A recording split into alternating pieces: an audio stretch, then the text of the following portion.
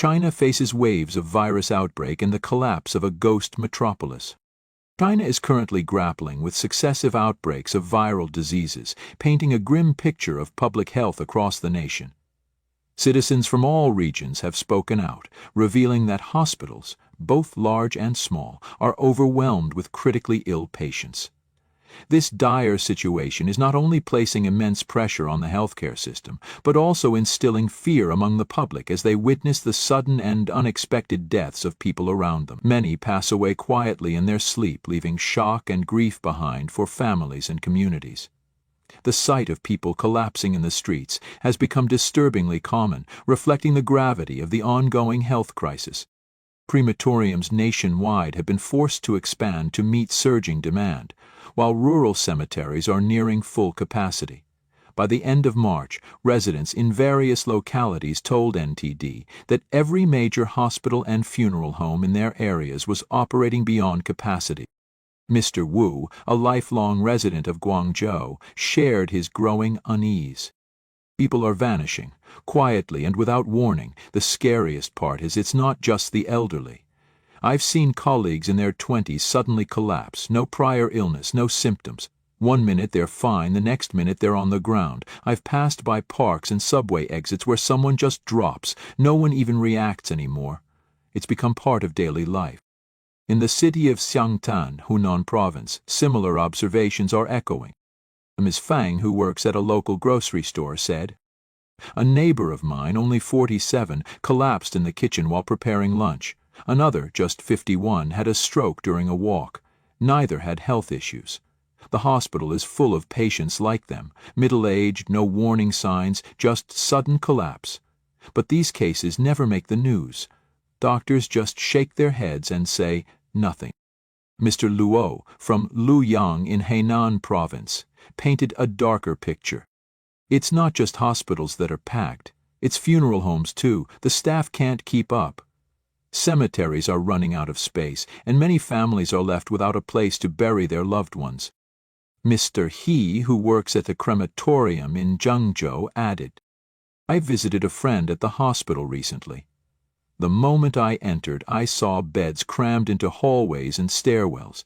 People were lying everywhere, especially in the respiratory and cardiac units. Even the elevator entrances were blocked by gurneys. We're now cremating faster than ever, but there's no dignity left. Families are no longer allowed to witness the process. It's become mechanical, soulless." He also described his experience during the Spring Festival. "When I went to the cemetery, new plots were being dug non-stop. It felt like the land couldn't keep up with the dead." In Pingxiang, Jiangxi province, Mr. Zhao described a haunting situation. "So many people, between 40 and 60, are dying suddenly, and no one knows why. Cremation is followed by secret burials because there's simply no space left. Even the plots reserved years ago have been claimed. My hometown cemetery is full. Even new ones planned nearby were all pre-purchased by seniors." In Yunnan's Dali city, Miss Lin, a retired teacher, recounted with sorrow, "We've lost several teachers from my old school in just 6 months. Heart attacks, strokes, no warnings. The funeral homes have multiplied and burial costs have doubled, even tripled. You still see people coughing on the street. I keep hearing of this white lung pneumonia. They say it's just the flu, but everyone knows better. I've buried more friends in the past 2 years than in the last 2 decades. Mr. Duan, a long-haul driver from Fujian province, described what he's witnessed from the road. "I drive across provinces and the emptiness is terrifying. Whole towns feel half abandoned. I've lost track of how many funerals I've passed. I used to know dozens of people in my network. Now, most are gone. Friends, cousins, even young co-workers, they've all disappeared. You don't need official numbers. Just open your eyes." He added, his voice heavy. "Crematoriums have been upgraded. The process is fast now, too fast. Families are no longer allowed near the cremation chamber. Before, you could at least stand outside. Now they say it's for safety. A few years ago, we had to wait up to 2 weeks to cremate someone.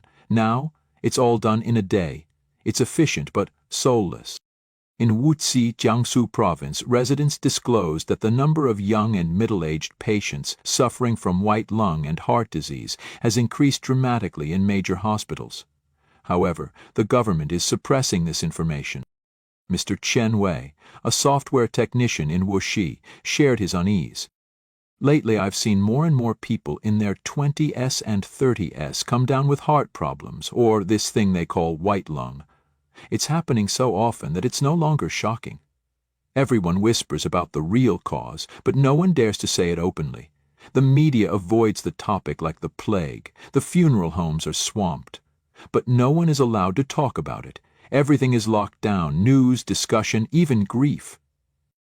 In Jingjin City, once a gleaming symbol of modern ambition and now one of China's eeriest failures, the silence is even louder. Ms. Zhao Lan, a gardener who rented a temporary apartment in the area 4 years ago, described it plainly. Shops open and closed like ghosts. There used to be a pet store just down the street. It was gone within a month. Most storefronts are empty now, with faded signs advertising salons and gyms. It's like time just stopped here. Zheng Peng, a janitor assigned to a newly built community, admitted with a wry smile. They brought us here just to make the place look alive. That's it. We're basically decorations. Standing tall near the center of this ghost metropolis is the enormous Hyatt Regency with 800 rooms, looking more like a silent castle at twilight. But inside, the reality is sobering. A hotel employee who asked not to be named shared. Most days we get maybe 100 guests, sometimes 200 if there's an event. That's it. The rest of the time it's like waiting in an empty train station. Just outside the university zone, taxi driver Wang Xiaojun leaned against his car and said matter-of-factly, "This city is finished. There's no life here, no jobs, nothing to do. You'd have to be retired, but not too old, to consider living in this place. Otherwise, it's a dead end." Mr. Li Anfu, a long-time resident of one of Jingjin's villa zones, said the desolation is overwhelming. "Where I live, there are almost 400 villas. In the colder months, maybe 8 to 10 are occupied. In spring or summer, you might see 15 or 20 tops. The rest, just silence behind locked gates." The Jingjin City project was launched back in 2002 by Baodi district authorities in collaboration with Hong Kong-based Hobson Development. It was meant to be one of 11 official satellite cities supporting Beijing and Tangshan. By 2006, it had central government approval, but now, more than 2 decades later, it remains a sprawling, echoing emptiness. 3,000 villas and hundreds of towers, barely inhabited. Hobson's regional manager for Tangshan, Ms. Xie Ying, defended the project's slow rollout. It takes time to build a city. This isn't just a housing complex. It's meant to be an ecosystem. But that optimism fades quickly when walking through Jingjin's main roads.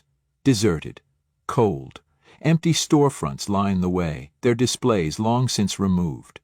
The urban plan called for a 5-star resort, museums, hot springs, temples, golf courses, 2 universities, and entertainment centers. But the only thing it succeeded in building was silence. At the project's sales center, staff claimed that most villas had been sold, yet owners rarely visited. Half of the 53-square-kilometer core remains unbuilt, and another 4,000 villas are still planned, according to sales rep Yang Kang. Most buyers purchased for retirement, vacation, or speculation. During the early years after government approval, amid great public interest, Baodi officials announced ambitious plans to expand Jingjin City to 258 square kilometers, roughly the size of central Tangshan. According to Time Weekly, Hobson Development invested over 20 billion yuan into the project. Xiao noted that at least 1,000 villas had been sold, and the occupancy rate rose 10 to 15% last year. Still, most owners were government officials or senior executives who rarely visited. The streets remained largely deserted. In a revised plan released late last year, Baodi authorities abandoned the 258-square-kilometer expansion, stating that only 53 square kilometers had ever been officially planned.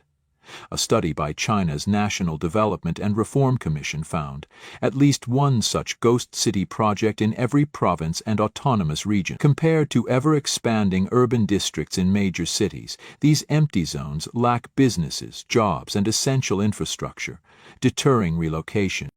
The area adjacent to the villa complex was empty when we arrived. A local worker told us that only a few people had moved in over the years. Known as Shangjiang Health Town, this area was planned to include over 10,000 homes, ranging from townhouses to high-rises. From above, the neighborhoods appear dense, yet almost uninhabited. The upscale townhouse zone consists of 26 buildings that could house over 500 families. Although some communities were built over a decade ago, proper schools never followed, making it difficult for families. Medical infrastructure is scarce, with only a private clinic and pharmacy. Shopping options are limited to basic supermarkets. There are no gyms, parks, cinemas, or modern entertainment. Nearby, several high-rise buildings stand half-finished, likely stalled indefinitely. Some appear complete from outside but remain unfinished inside. Online sources confirm delays in multiple developments. Many buildings over 30 stories contain only compact one-bedroom units with a tiny bathroom and kitchen. Despite low prices, just over 3,000 yuan per square meter, the area's deficiencies have kept it lifeless and largely uninhabited, and this desolation has persisted for decades, symbolizing the failure of China's urban planning model.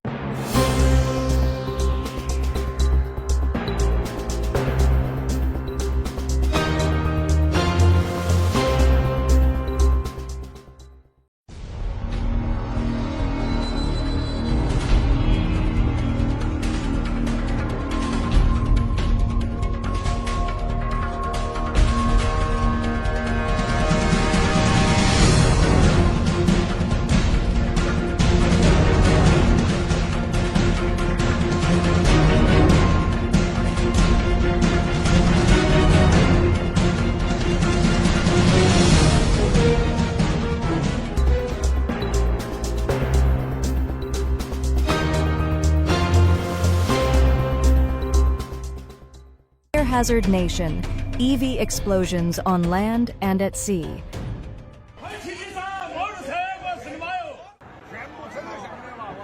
On June 11, 2025, an underground parking facility in Julongpo District, Chongqing, China, ignited into an inferno after an electric vehicle burst into flames around 1 p.m., engulfing dozens of neighboring motorcycles and EVs.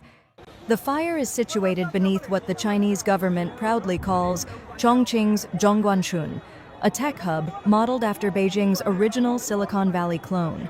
The incident, downplayed by local authorities who quickly announced no casualties, sparking renewed concern over battery safety in China's urban hubs.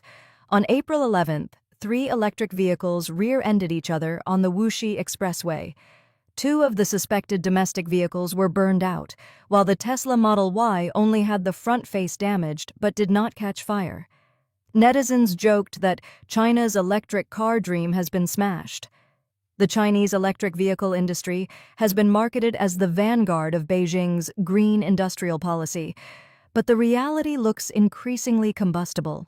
According to public safety data aggregated by local media, China saw over 112 electric vehicle self-ignition cases in just the first 4 months of 2025, a rate 2.8 times higher than internal combustion engine cars. Highlights a pattern.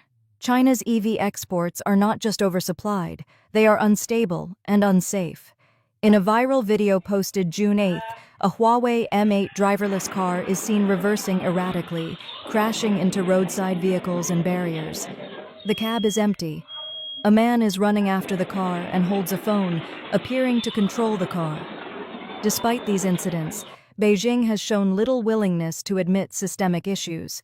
Instead, it continues pushing mass EV production under the banner of new productive forces, creating what amounts to a public safety liability masquerading as green progress.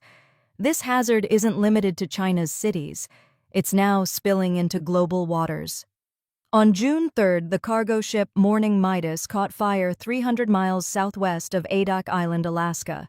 The vessel, operated by Zodiac Maritime, was carrying 3,000 new vehicles, including an estimated 800 electric cars. The ship had departed from Yantai, China on May 26, bound for Lázaro Cárdenas, Mexico. According to Zodiac, the fire originated on a deck containing electric vehicles. Despite activation of onboard fire suppression systems, the blaze rapidly escalated. All 22 crew members were forced to abandon ship. Experts have confirmed lithium battery fires are notoriously difficult to contain. The European Maritime Safety Agency confirmed on June 5th that such fires pose a high thermal runaway risk, which can cause reignition and explosions long after a fire is thought to be extinguished. EMSA further stated, "These fires are nearly impossible to control once started." The case mirrors the 2022 Felicity Ace disaster, where a fire, again suspected to be linked to EV batteries, resulted in the complete loss of a vessel carrying 4,000 high-end cars, including Porsches, Audis, and Lamborghinis. Beijing's rushed push to dominate global EV markets has overwhelmed regulatory safeguards. Industry insiders point to manufacturers cutting corners on battery shielding, thermal management systems, and materials integrity to meet politically driven quotas. The result is a proliferation of vehicles that are not built to global safety standards, but are nonetheless being exported en masse. What should concern Western regulators is that these vehicles are already entering U.S. and European markets, often at heavily subsidized prices that undercut domestic competitors, a tactic that skirts WTO norms and raises serious product liability questions. The narrative pushed by Beijing, that Chinese EVs are a green and innovative alternative, is crumbling under the weight of real-world consequences. Whether in the basement of a Chongqing mall or the freezing waters off Alaska's coast, Chinese electric vehicles have become a clear and present danger. Overproduction, price war, and the mirage of growth. Beneath the headlines of China's electric vehicle revolution lies a grim economic reality, a state-manufactured bubble driven not by consumer demand, but by command economics. The Chinese government's top-down push to dominate the global EV market has created structural distortions, unsustainable competition, and mounting financial losses across the sector. This is not a case of free market innovation, but of subsidized overproduction and price manipulation. According to a 2025 Goldman Sachs report, China's EV production capacity now stands at 2.1 times its domestic demand and 1.2 times global demand, while the overall industry utilization rate sits at a meager 54%. That means nearly half of all factory capacity is sitting idle, a stark indicator of systemic inefficiency. Rather than scaling back, many manufacturers are flooding the market in a desperate bid to stay afloat, aided by state loans, subsidies, and export manipulation. On June 7th, during the China Automotive Forum in Chongqing, Geely chairman Li Shufu appeared in a live-streamed panel where he declared that Geely would halt all new factory construction due to severe industry overcapacity. In the video, Li said that building more is against conscience, indirectly criticizing rivals for unethical competition. He described some tactics in the electric vehicle sector as unspeakable, hinting at underhanded methods to seize market share. When industry leaders openly refuse expansion in a sector that's supposedly booming, it's a red flag. To escape tariff scrutiny and sustain exports, Chinese automakers like BYD are building new plants in Hungary and Turkey, clearly aimed at circumventing the European Union's ongoing anti-subsidy investigations. The EU has grown increasingly wary of Beijing's state-directed strategy, with investigations targeting not just Chinese companies, but the policy ecosystem enabling them, including tax rebates, free land use, and state-backed credit. Domestically, the impact of overcapacity is devastating. In June 2025, BYD initiated a brutal price war, cutting prices on 22 models by up to 34%. The Seagull, once priced at $9,620, now sells for $7,700, a 20% drop. High-end models like the BYD Seal fell from $21,500 to $14,180. This cascade forced Li Auto, XPeng, and Xiaomi to follow suit, slashing prices and hemorrhaging profits. The numbers are staggering. Li Auto's profit per car dropped 60% year-on-year. XPeng, despite surging sales, has accumulated over $5.2 billion in losses since its founding. NEO is even worse, with losses exceeding $13.2 billion by the end of 2024. These are not growing pains. They are symptoms of a failing model, market distortion, and the fake green dream. China's EV industry isn't the green revolution Beijing claims. Behind glossy exteriors is a costly, unsustainable system disguised as progress. EV batteries last only 5 to 6 years, and replacements can cost up to 2/3 of the car's price, essentially buying the car twice. In the U.S., battery replacements often run $5,000, $16,000. Worse, China has no national recycling protocol. Over 80% of EV batteries are improperly discarded, leaking toxic waste into soil and water. Industry expert Huang Chong warns that most Chinese EVs copy Tesla, with poor battery management and compromised safety in the rush for production. Subsidy dependence adds another layer of distortion. The Chinese government has long fueled EV sales through massive incentives, including the National Vehicle Trade-in Subsidy. But cracks are forming. Several provinces, including Jiangsu, Gansu, and Guangdong, have announced early terminations of the program due to depleted funds. A senior insurance analyst quoted by Kaikshin on June 6 revealed, "Insurance premiums for EV shipments may double due to rising fire risk." Then there's the so-called zero-mileage used car scandal. Major automakers, desperate to meet political sales quotas, have been caught reselling unsold inventory as used vehicles to fake demand data. A coding report, People's Daily called the practice involution, warning it threatens the entire market's integrity. The new energy narrative is collapsing. Beijing's green revolution was never about climate. It was about control. Funded by taxpayers, propped up by fake sales data, and now imploding in full view, China's EV industry is a mirage dressed in solar paint. Political engineering, not technological advancement. Behind China's aggressive EV campaign lies not innovation, but political engineering. The ruling regime has seized on electric vehicles not as a legitimate technology to compete globally, but as a tool to bypass its failures in traditional automotive sectors and to extend its geopolitical leverage. This strategy hinges on one thing: intellectual property theft. From BYD to Leapmotor, several Chinese companies have been caught or suspected of reverse engineering Tesla vehicles. One former engineer from a Chinese automaker told, "Our R&D team spent months disassembling imported Teslas, everything from the battery housing to the software logic." This pattern is not new. When Tesla set up its Shanghai Gigafactory in 2019, the deal required 100% domestic sourcing, effectively handing over critical supply chain secrets to the Chinese state. What followed was a flood of independent Chinese EV models that bore uncanny resemblances to their Western counterparts. Yet while the designs were copied, the engineering precision wasn't. Safety issues, battery malfunctions, and performance gaps continue to plague the sector. On the diplomatic front, China uses its EV exports as bargaining chips.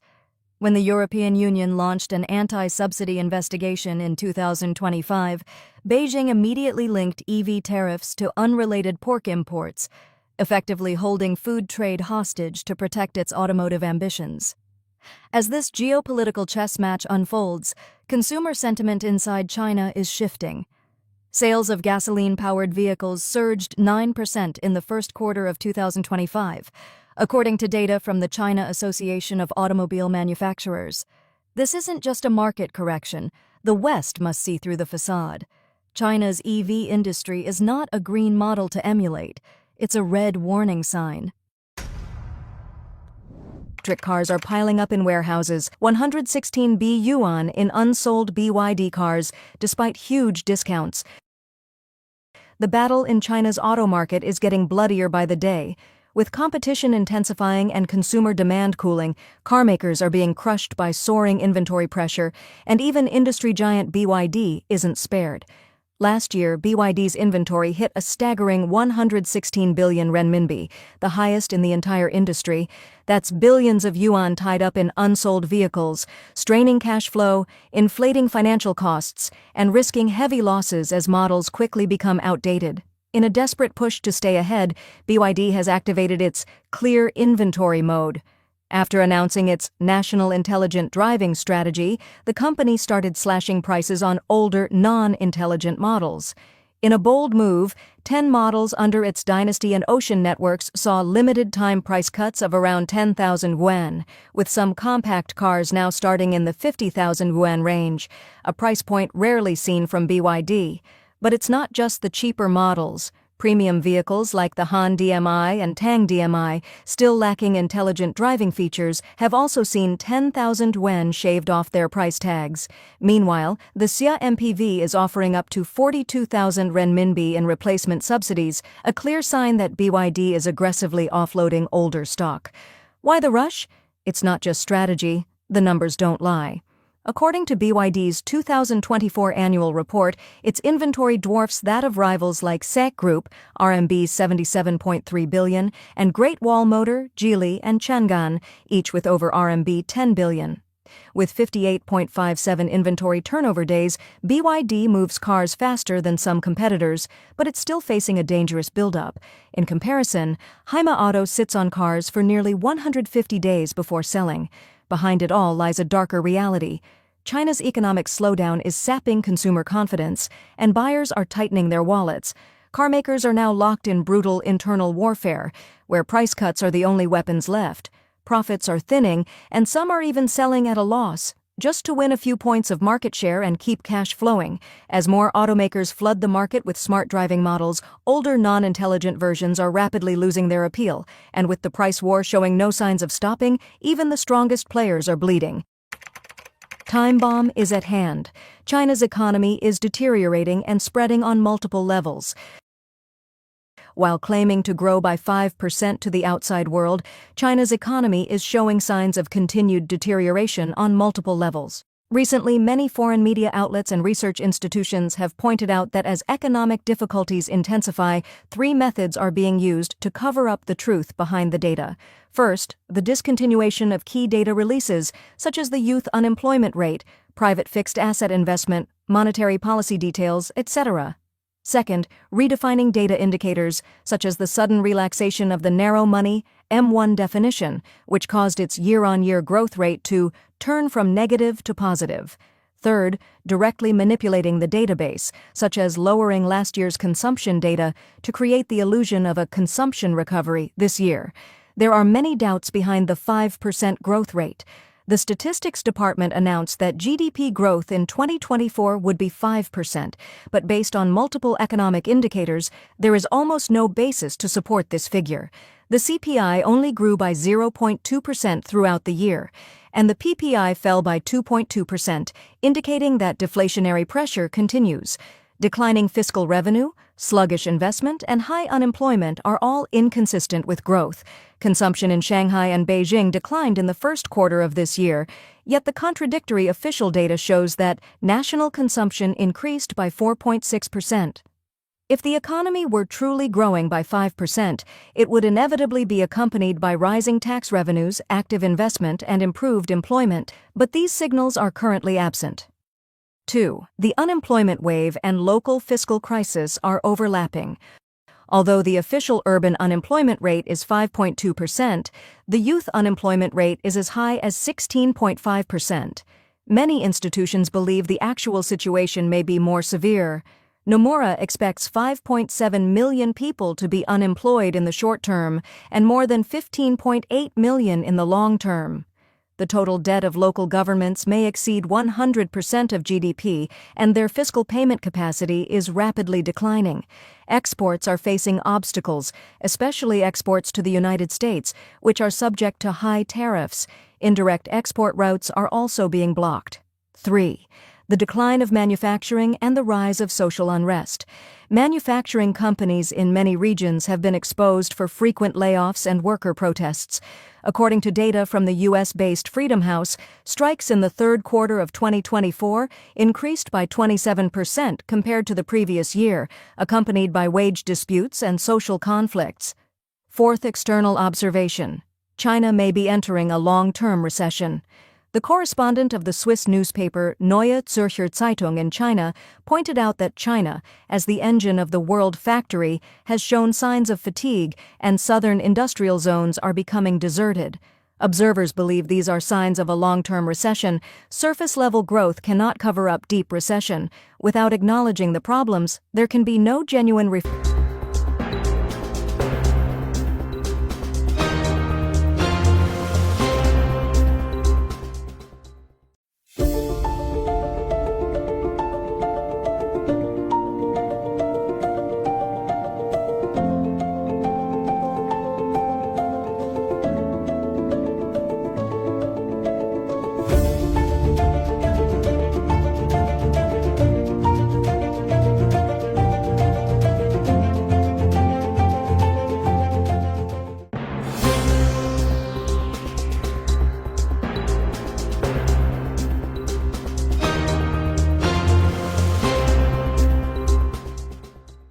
Beijing, once the vibrant heart of China, pulsating with lights and frenetic life, now lies shrouded in an eerie stillness.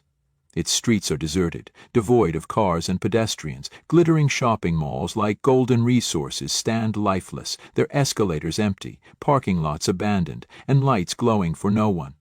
Yet what truly chills the capital's residents is the sight of military vehicles and armed police patrolling major roads. I cycled through Xi'an and saw armored trucks parked outside a community hospital. It felt like war was looming, one citizen shared on X. Amid a collapsing economy, a mysterious epidemic, and rumors of power struggles, China in 2025 faces a full-blown crisis. The secrets the Chinese Communist Party, CCP, has long concealed are beginning to unravel, painting a grim picture of a nation teetering on the edge. Deserted streets and military presence. Beijing is no longer itself. Shindong Road, once choked with traffic, now lies silent every day. During holidays, people either stay holed up at home or flee the city.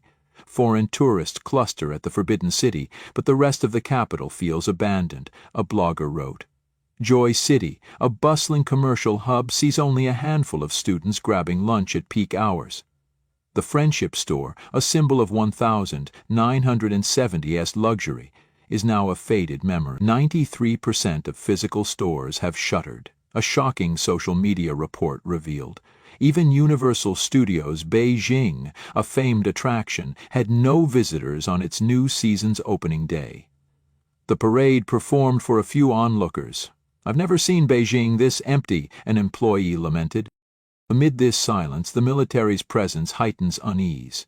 2 weeks ago, unmarked military vehicles appeared sporadically along Chang'an Avenue and the Third Ring Road.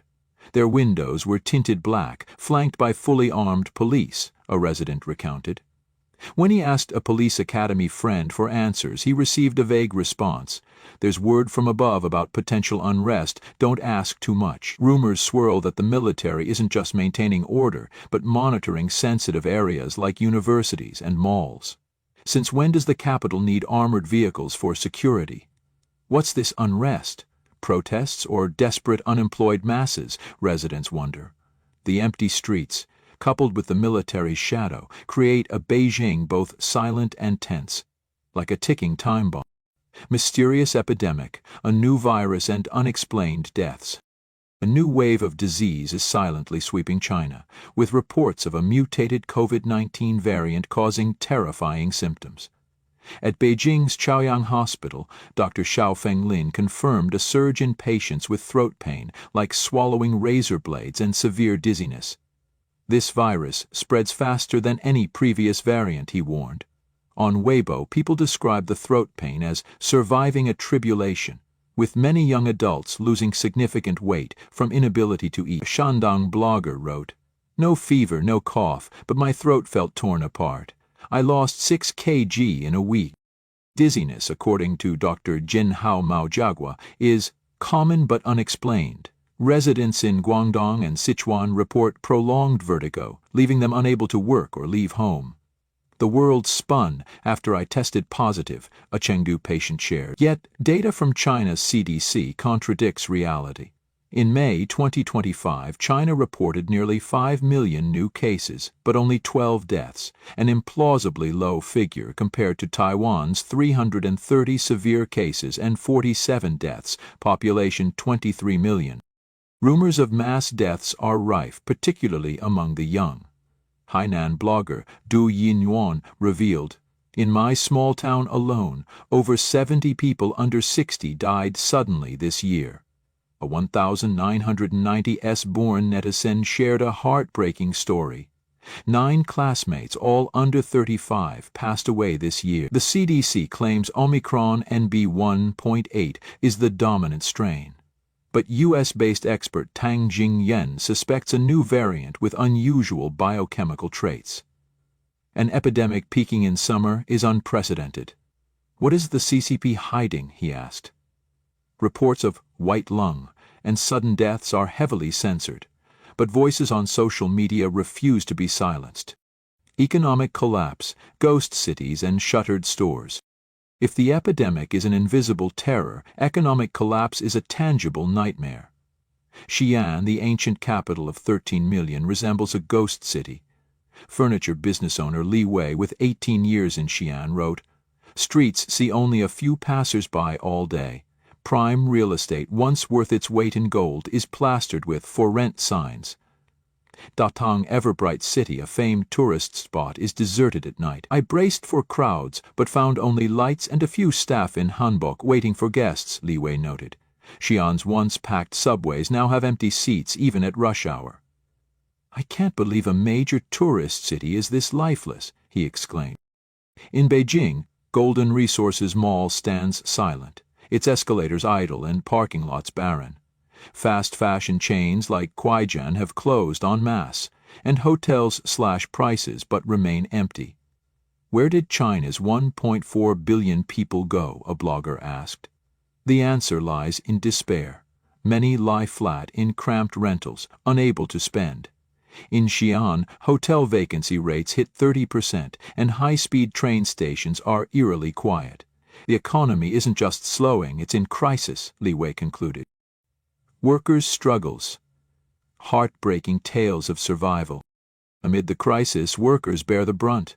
At Beijing's Madioqiao labor market, hundreds of migrant workers gathered daily, hoping for jobs. "I'm over 60 with no pension. I work to survive," one man said. "This year's market is brutal.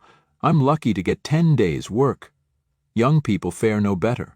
A 26-year-old woman from Heilongjiang, earning $850.00 in Beijing, spends just $110.00 on living costs. "I cook my own meals and avoid socializing. Living minimally is the only way," she said. College graduates in Beijing face a dire crisis. Many carry $30,000.00, $50,000.00 in loan debt, living hand to mouth. "I just lost my job, and my hair's nearly all gray," a 35-year-old man sighed. Middle-aged workers struggle too, taking odd jobs like tourism marketing, once for students. Xi'an used to have young people doing these jobs. Now it's 45-year-olds with worry etched on their faces, a tourist observed. One woman shared, "I lost over $140,000.00 in recent years. My child's in kindergarten, but I can't stop working." This is a midlife crisis. Political unrest, power struggles, and Xi's weakening grip. Beneath the empty cities brews a political storm. Rumors of power struggles in Zhongnanhai flood social media, fueled by Chairman Xi Jinping's unusual absence. During a June 2025 trip to Kazakhstan, CCTV abruptly cut footage of Xi disembarking, switching to President Tokayev. What are they hiding? Xi's health or something graver? Asked Zhang Weiying, former Weibo office head. The absence of Xi's wife, Peng Liyuan, from major diplomatic trips sparked rumors of house arrest. Blogger Su Xiao claimed, She agreed to resign conditionally, demanding no probe into former Premier Li Keqiang's mysterious death. However, General Zhang Youxie reportedly objected. If she isn't removed, anyone could be the next Li Keqiang. Xi's power has visibly waned since April 2024, with ally Miao Hua ousted and Li Ganjie losing personnel control. Xi now just follows orders, analyst Chen Pokun noted. Meanwhile, the CCP tightly controls information, erasing sensitive reports and distorting data on disease, economy, and deaths. CCP secrets, covering up crisis and manipulating opinion. The CCP's opacity fuels suspicion. Disease, economic, and death data are manipulated to project false stability. Actual deaths far exceed official numbers, an anonymous Guangdong doctor revealed. Reports of white lung and sudden deaths are censored, while CCTV avoids showing empty streets or closed stores. The CCP wants people to believe everything's fine, but it's a disaster, a blogger wrote. The CCP is also suspected of controversial international actions. Many Chinese netizens support Israel's strikes on Iran, believing the CCP funds Tehran's nuclear program. Every blow to Iran is a blow to the CCP, a Weibo comment read. Chinese stock scams in the U.S. costing thousands of victims highlight Beijing's lax oversight. They won't cooperate with U.S. investigations. Maybe the CCP wants these scams to continue, a Wall Street analyst suggested. China in 2025 is a bleak tableau of ghost cities, economic ruin, and covert political turmoil. A mysterious epidemic claims young lives, workers struggle to survive, and the CCP conceals dark secrets. People have lost faith, they don't go out, don't spend, don't hope, a Beijing blogger wrote. The question looms, can China weather this storm, or is this the dawn of a darker decade? Share your thoughts in the comments and stay tuned for more updates. Thank you for following China Undercover. If this story resonates, don't forget to subscribe, comment, and share to spread the truth. See you in the next video.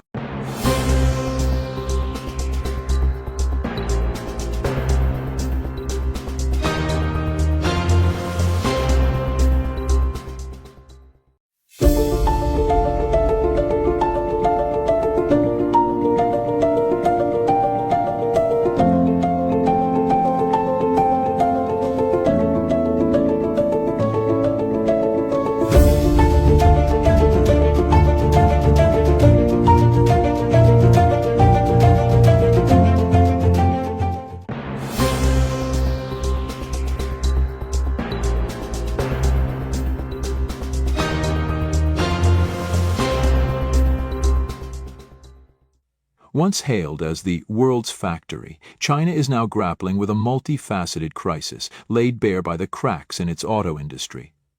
From knockoff Rolls-Royce old man cars in Shandong to weed-covered car graveyards in Hangzhou, from deadly BYD vehicle fires to the wage theft scandal at NATA Auto, the harsh reality is undeniable.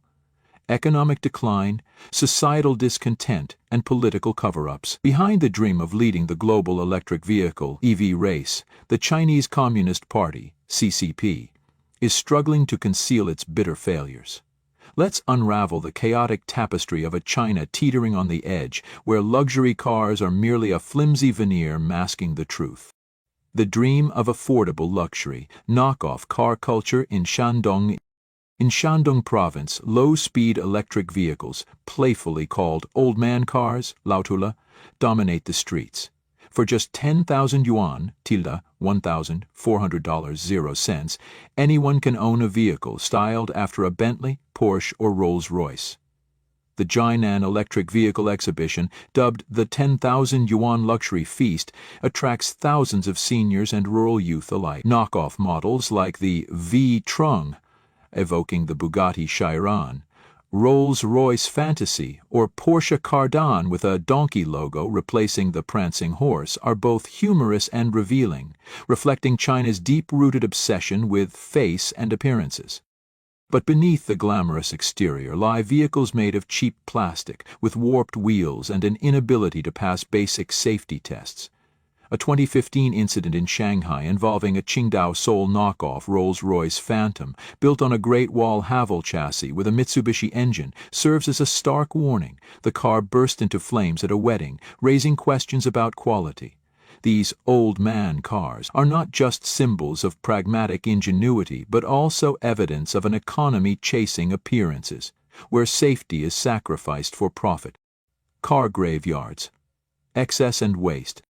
Far from Jinan's dazzling exhibition, a shocking scene unfolds in Hangzhou through drone footage. Thousands of new energy vehicles, NEVs, sit abandoned, overgrown with weeds, forming car graveyards. These vehicles, worth up to $40,000, 0 cents, remain untouched, their seats still wrapped in plastic, left to rot for over 2 years.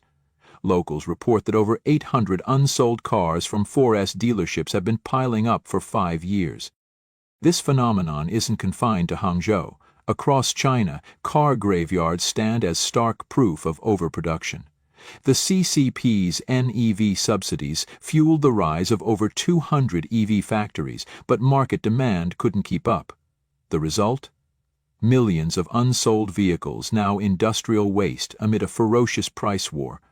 BYD, the EV giant, has led the charge in slashing prices, with models dropping from $42,000, 0 cents, to $10,000, 0 cents. But the cost is steep. The auto industry's profit margin fell to 3.9% in Q1 2025, below the average for other manufacturing sectors. Quality crisis. BYD and the tractor cars. If Shandong's knockoffs represent a dream of cheap luxury, BYD, China's EV pride, is at the heart of a quality nightmare.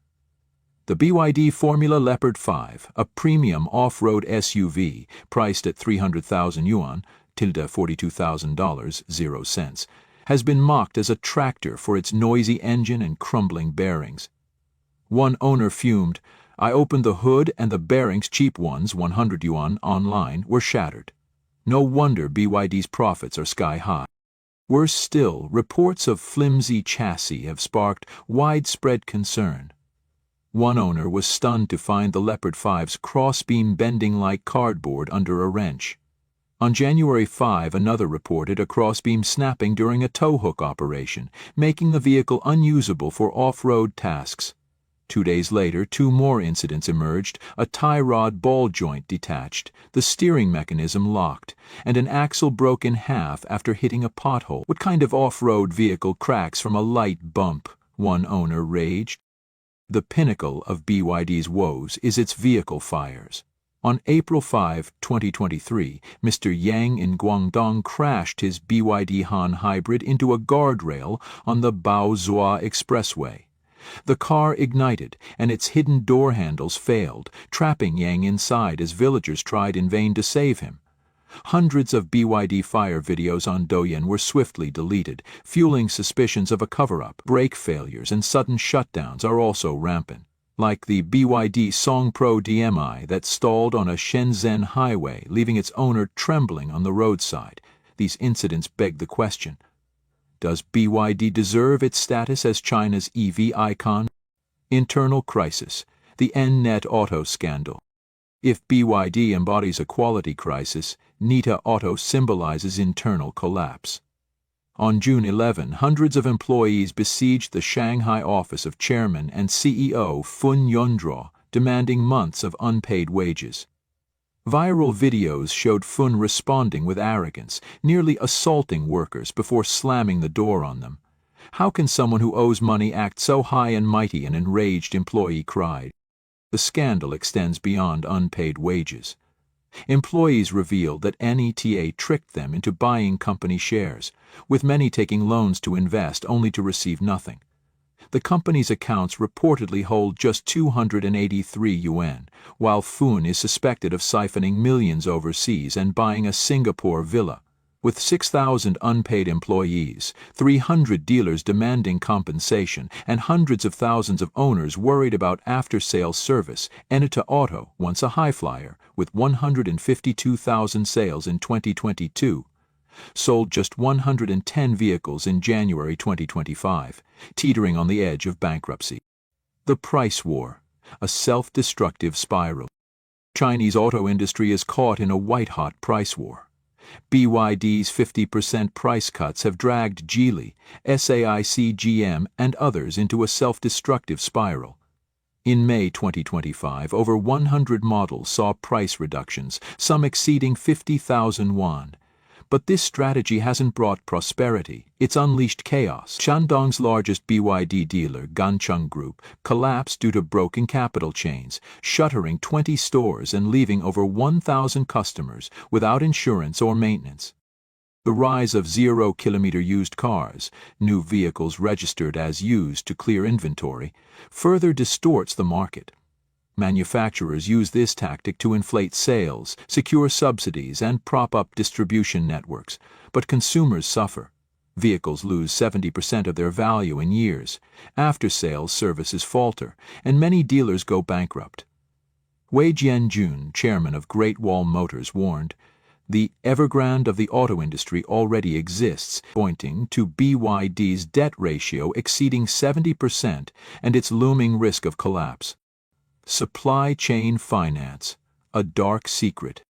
Behind the price war lies a sinister financial secret. Major automakers like BYD, Geely, and Great Wall Motors use commercial bills to delay supplier payments.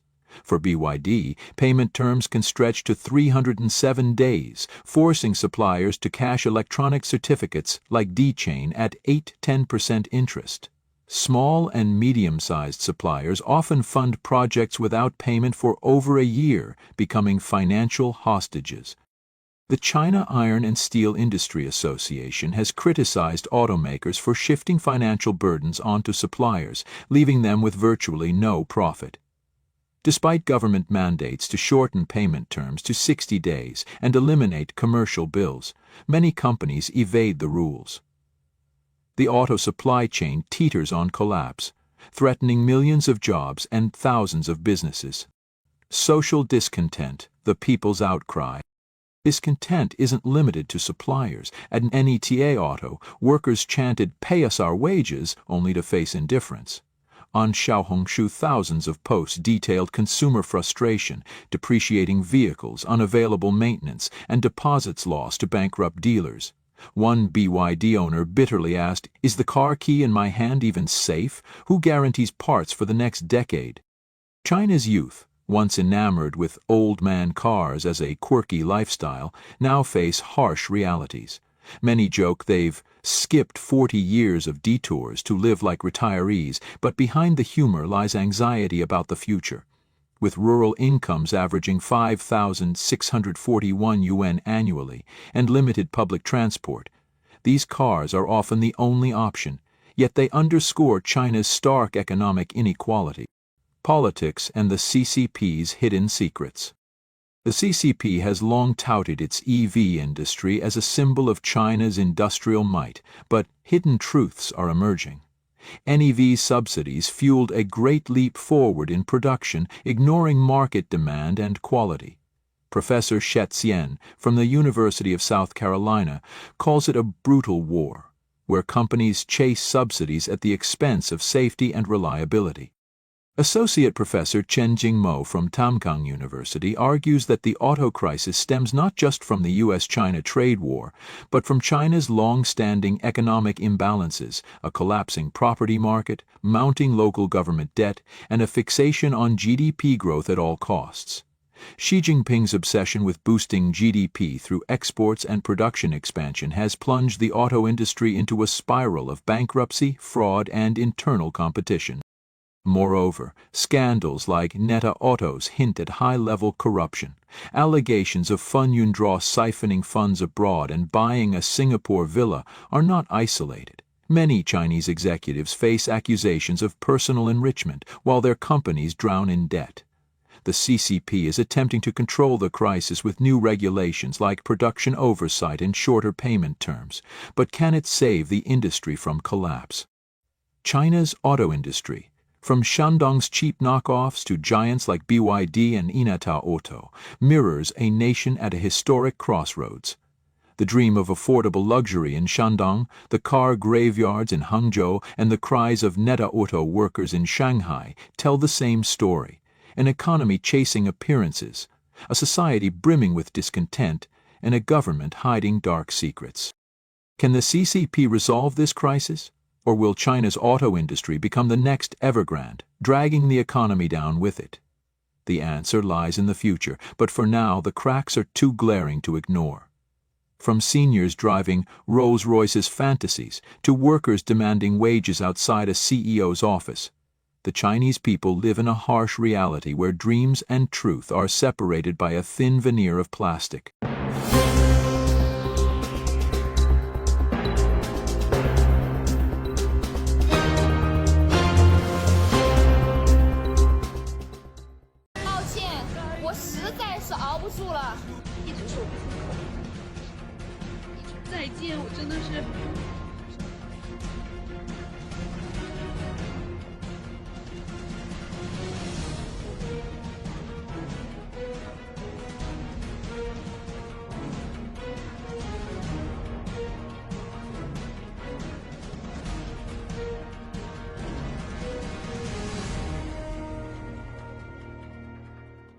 There are some things I really don't dare to tell you, because once I do, you might give up on the catering business altogether.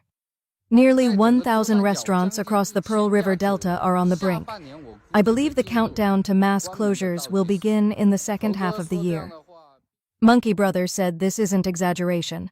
Just last month alone, around 70 or 80 large restaurants asked us for on-site price quotes. That's more than the total inquiries we received in the entire first half of the year. This is a chilling sight from the streets of Shenzhen, Guangdong. These people once came chasing dreams. Now they've been reduced to mere survival. What you're seeing is Shenzhen South China City #1 Trading Plaza. Here, at least 1 million yuan has vanished. Over there, 2 million is gone.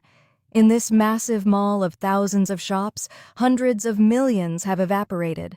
Once, people fought tooth and nail for a storefront. Now the whole place is filled with vegetables. The once coveted Dragon Head shops can't even find a tenant. Recently, a phrase has been circulating online. Shenzhen is like Beijing, completely unlivable for normal people. There's barely a trace of happiness. Shenzhen feels like a shining high-tech prison by the sea, with a few parks thrown in so the inmates can walk around and remember what life used to be. Many ask, how can one of China's wealthiest coastal cities feel so suffocating? You'll be stunned to hear what's happening in this city. After Labor Day, millions flooded into Shenzhen. The subway? Jam-packed. The job market? Crushed. At a glance, it may look like prosperity, but behind the scenes, big firms are laying off, small businesses collapsing, apartments unrented. Many jobless migrants are now living in cheap hotels. Remember those shops that once cost over 600,000 yuan per square meter, as hot as Luohu East Gate? Today we visited the Cultural Plaza of Southern Science and Technology Park. At its peak, monthly rent here hit 200,000 yuan, surrounded by sleek tech headquarters. But now, 1 unit empty, 2, a whole row, vacant. It's a ghost block. Today I finally understood what it means to feel hopeless. I was fired from a job I held for 2 years. I can't sleep. Every night up until 3 a.m., anxiety eating me alive. If you've never fought your way up from nothing, no degree, no family connections, you won't understand the fear of falling. What do you want us to do? Yes, I was laid off. I've worked in Shenzhen for 10 years. My baby was just a few weeks old when I got the notice. HR dismissed my decade of dedication in one breath. Organizational restructuring. In the 4 months since, I've sent over 500 resumes. Almost no replies. Locals have noticed that Shenzhen has shown 6 alarming changes this year. Since the Chinese New Year, countless people simply haven't returned. This is today's Shenzhen. First, the once thriving commercial districts are eerily quiet. It used to be nearly impossible to rent a shop, but now brands are pulling out, and empty storefronts are everywhere. Even as rents are slashed, no one dares to take the risk. Brick-and-mortar retail is hanging by a thread. Second, roadwork and subway expansion are tearing through every district. Construction updates roll out nonstop, and rush-hour traffic jams have become a nightmare. People vent daily on WeChat moments. Shenzhen traffic is now part of everyday life. Third, housing prices, once sky-high and untouchable, are finally cracking. New developments are slashing prices to attract buyers. Second-hand listings are soaring. No one is rushing in. Buyers and sellers both frozen in doubt, watching prices shift day by day. Fourth, Shenzhen's office buildings are hollowing out. Companies are leaving in waves. Shared offices are trending. Several businesses crammed into tiny spaces. A once premium work environment has turned into a survival strategy. Fifth, job opportunities are vanishing. It's nearly impossible to find a job offering weekends off and full benefits. Even landing one day off is a win. Fresh graduates are stuck. Layoffs and pay cuts continue. Everyone's tightening their belts just to get by. Sixth, delivery drivers flood the roads, flying through red lights to save seconds. Female riders are now in the game too. But even they are struggling. Orders are down, and so are their earnings. Netizens all agree. Shenzhen isn't what it used to be, but no one knows exactly when or why the shift happened. Last year's official unemployment rate was 5.1%, not terrifying on paper. But count the massive, flexible employment crowd, and 1 in every 20 people is job hunting. Think about those laid-off middle-aged programmers, real estate agents, and teachers. What are they doing now? Most are forced to choose between food delivery or driving Didi. Low barrier, instant cash. You just need a driver's license and a rental car, or a scooter if you're doing deliveries. According to data, 30% of riders in Guangzhou have college degrees. Can you believe this? The heart of Shenzhen, right beside Mixi and Nanshan district, has malls with closed stores. Physical retail is in crisis. Some malls are begging tenants to move in, offering spots for just the property fees. Prime location, zero confidence. All we can do now is hope the economy turns around. Let's hang in there. Shenzhen, with over 18 million residents, feels empty. Streets are quiet. Stores are lifeless. Where did everyone go? Are they just invisible now? Lately, it feels like half the population is glued to short videos at home, while the other half is working overtime behind glowing skyscraper windows. Physical shops are collapsing like dominoes. Jobs that pay on time are rare, and with no income, no one's out shopping. In the end, I was the last one standing at our store. I had dinner with the aunties yesterday. Then I told them not to come back today. It took me forever to say the words. I finally said goodbye to the beef pot at our Jintang branch. Housing prices in Shenzhen have crashed, falling back to levels from 8 years ago. A 215 ping house that once rose by 10 million yuan in 3 years has lost nearly all its gains. The city feels depressed. Streets in places like Chang'an are nearly empty. One factory boss said he sold his equipment, shut down the factory, and swore off manufacturing for good, seeing no hope even in 2025. Even fast food can't survive. A restaurant owner in an urban village said business is collapsing, once booming, now barely surviving. Turnover dropped from over 800 to just over 500 in one day. At noon, once peak time, there were only a few customers. The street is now full of restaurants, but more shops than people. Guangdong, often seen as wealthy, still has deep poverty. Meizhou's per capita GDP is under 40,000 yuan, half the national average. The economic gap within the province is widening as China's broader economy declines. Many believe physical business owners in Guangdong may not survive the summer. Whether in catering, clothing, or factories, bankruptcy seems inevitable. Office workers are struggling to find jobs. The catering industry has collapsed. Restaurants are empty, food markets can't sell vegetables, and even delivery workers say orders have crashed. Some wonder if people have stopped eating altogether. This eerie emptiness isn't just in Guangdong, it's happening nationwide, from Hangzhou to Chengdu. One restaurant owner announced on June 15, 2025, that they're closing the store and transferring it the next day. Despite trying to endure, they've run out of resources and hope. Every day I believed business would improve, but I was wrong, they said. The downturn is so obvious that even a rural housewife with only elementary education warned her son not to switch jobs. Little does she know, her son doesn't have a job at all. Even high-end shops are closing. A newly opened Mercedes-Benz and BMW car decoration store shut down quickly. Inside, it looked more like a car wash, yet it still failed. Across China, jobless young men and women are sleeping rough. Homeless youth are everywhere. China's economy is in a deep slump. Job opportunities in major cities are vanishing, and countless unemployed youth are now sleeping on the streets. In cities like Guangzhou, food delivery men and migrant workers are unable to pay rent and are left with no choice but to sleep in tents. Lately, a flood of videos has emerged on Chinese social media, revealing shocking scenes. Food delivery men and migrant workers pitching tents under bridges in Guangzhou and other cities. Some sleep on sidewalks, beneath bridges, or in public parks, just to survive. Ms. Meng, a woman in her early 20s, said she searched for jobs in Shanghai, Shenzhen, Dongguan, Kunming, Hangzhou, and more, but was either rejected or never paid. Desperate, she fled these megacities and headed to Lhasa to try her luck delivering food. Delivery worker Ms. Meng. In Hangzhou, I couldn't even enter the electronics factories. They were overwhelmed with job seekers. I had nowhere to sleep and was driven out of parks by security guards. Train stations were packed with people begging for jobs. Shopping malls were dead, no one was hiring. So I came to Lhasa hoping it would be less competitive. But I can't even grab delivery orders. Prices here are insane, even higher than in Beijing Shanghai. I've been sleeping in a tent for over a month. She shared that she earns just over 100 yuan a day, barely enough to cover her expenses. The constant struggle to survive has left her feeling crushed. Ms. Meng. After delivering food, I couldn't sleep at night. My legs were freezing. The high altitude makes it hard to breathe, and I'm always exhausted. The police fined me 200 yuan. I had no money. I eat plain noodles every day. One night it rained. I was delivering food, running and crying. The money I made couldn't even cover my daily costs.